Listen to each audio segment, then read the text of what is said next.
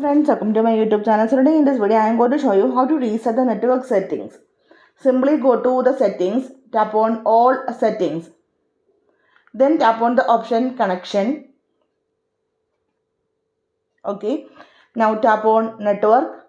Then here you can see the option network status, network reset network. Tap on this one.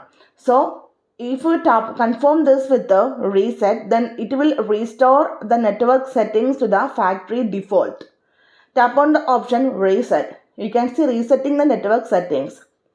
It will take a little bit of time. Just wait for few seconds. You can see the network settings have been reset. You can set them again by selecting network settings. Okay. If you want to again connect, tap on the option network settings. Now you can select either wireless or wired.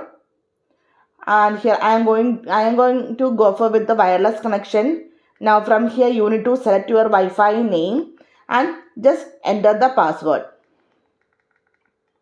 Okay, so simply in this way we can reset the network settings on this TV. So hope you guys enjoyed this video. Thank you for watching. Thank you. Bye bye.